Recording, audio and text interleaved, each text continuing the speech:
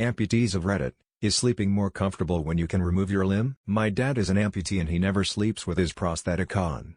I can't imagine that's comfortable at all. They are so heavy. I'm not an amputee but I sleep terrible. You'll try this tonight and see. Finally a good question on this sub.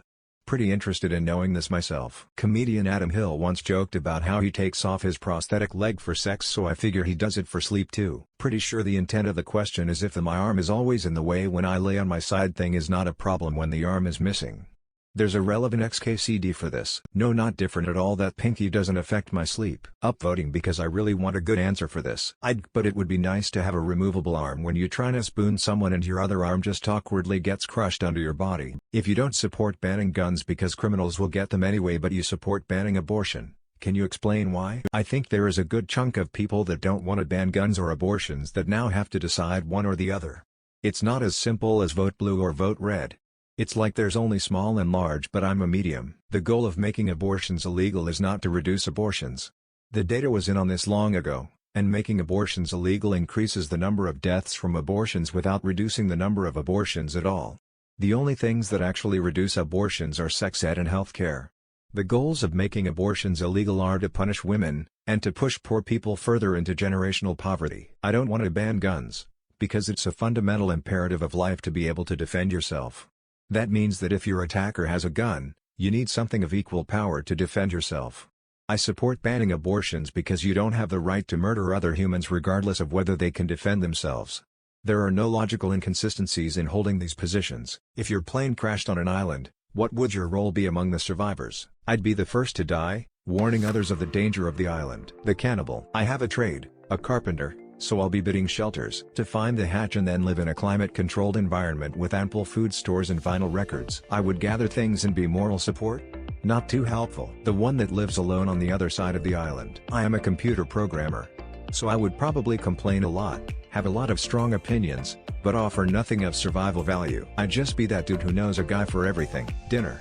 Probably. The guy that gets sucked into the jet engine. Looking busy. The one who brings up cannibalism in the first hour. Sex slave. Engineer. Cook. Also, what's survivors? On a first date, you ask them what their favorite book is.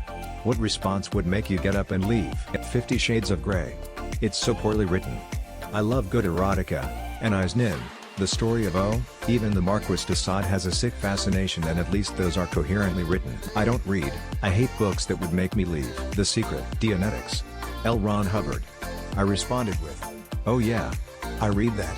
He was a piece of trash, beating his pregnant wives. He was ready to get up and leave. Yeah. We didn't have much in common. There's a manual you can find online on how to kidnap and kill people and not be caught by the police. You hear about it from time to time when they catch potential serial killers.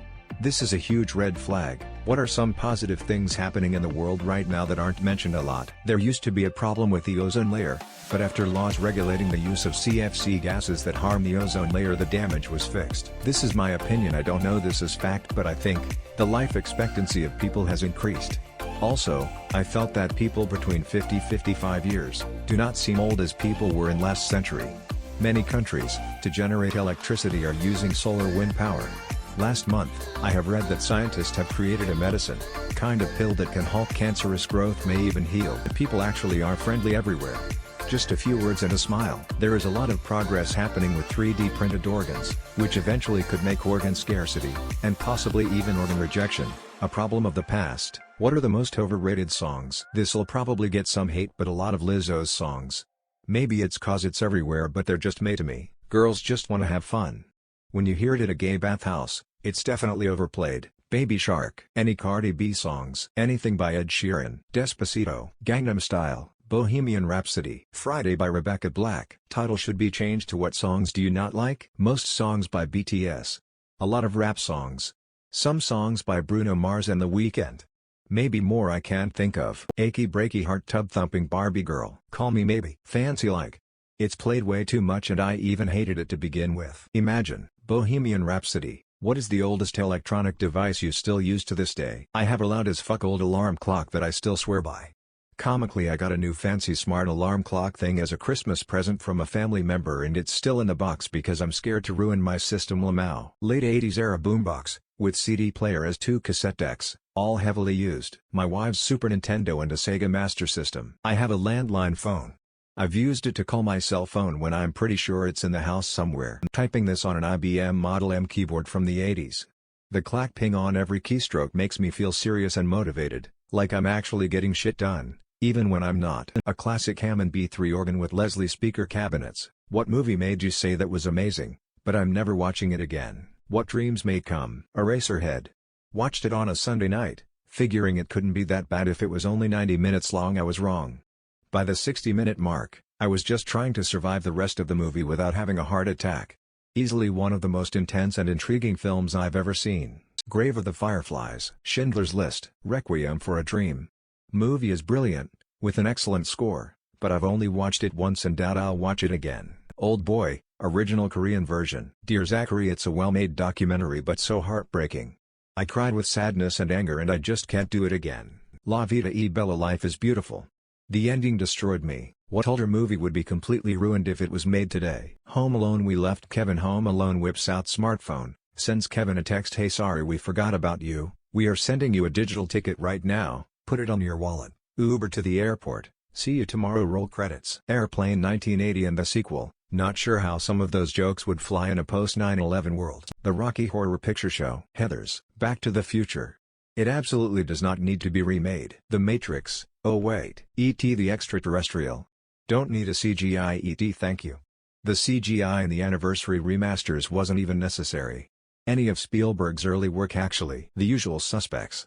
The reveal would have probably been put in the trailer. What would be the worst message to receive from space? Hey, we're humans too, how you all looking on oil and water? One short story I read a long time ago was that Earth received a message. It took years to decode but turns out it was a distress signal. Then suddenly Earth started receiving distress signals from everywhere. Then it just all went silent. A timer. I remember when I was trying to get into the SCP Foundation, I read an article that described the Foundation receiving an encoded message from space. After they deciphered it, it turned out to be a video of an alien suspended in the air screaming and writhing in pain. Nothing was observed to be inflicting pain on it, but it screamed at regular intervals. So something like that, I guess. Don't remember where it's from, but there's a book or something where humans start getting messages from everywhere that are goodbyes from other species as the universe ends. What's something that's true, but you shouldn't say it? Good-looking people do have a greater advantage in life. Most people don't really give a fuck about you. X200B, but it shouldn't be taken as a bad thing. Not all women are born to be mothers and not all men are born to be fathers. Things probably won't work out. The more you say this, the more it hurts the chances of things working out. Even if the chances are poor to begin with, there is no point in making them worse. A lot of people should not have kids or should not have had the ones they have. Many are just not equipped to be a parent. Most people want to complain, not look for and implement solutions. When a coworker wants to show you copious pics of their children and grandchildren, no, I really have zero interest in seeing your family pics. African American is a stupid term that makes zero sense unless someone was born in Africa and moved to the United States. Charlize Theron is an actual African American if we're using continents instead of countries, which is also a thing we, Americans, seem to be confused about. Who are some of your favorite female bands musicians? I love Metric. I was super into Veruca Salt, too. PJ Harvey, La Tigra, Suzy Sue, the Yeah Yeah Yeahs. I love Karen O. Joan Jett, so excited to see her in concert on 6/28. Lita Ford, Lizzie Hale, Raven Black. First Aid Kit. Those sisters have some talent. Aretha Franklin. I would follow Fiona Apple into heaven and hell, which is what she gives you on her albums. Ani DeFranco is a criminally underrated songwriter and lyricist. And Alison Mosshart kills it in The Dead Weather. I have 2 daughters. I wanted them to know they can do anything. If they want to play rock and roll music, I show them heart. If you're into metal, Ginger, Florence and the Machine. The Cardigans. Pink. Why are you awake? Poor life decisions, because it's 3:09 p.m. Messed up my sleep schedule and it's hard to fix, because it's 7 a.m. my time and I have school today. Because I just had all 4 of my wisdom teeth taken out and can't go 1 minute without holding ice on my face. Overthinking. Reddit. Because I don't feel like getting sleep. Because I missed my opportunity to sleep at an appropriate time, so I'll be stuck awake till about 4 a.m. I'd key this happens. Does this happen to anyone else? If you don't go to sleep when you get tired at like 9-10, you get stuck awake for a long time. 35 weeks pregnant and it's 90 F at midnight. I'm lonely and depressed. I feel sad.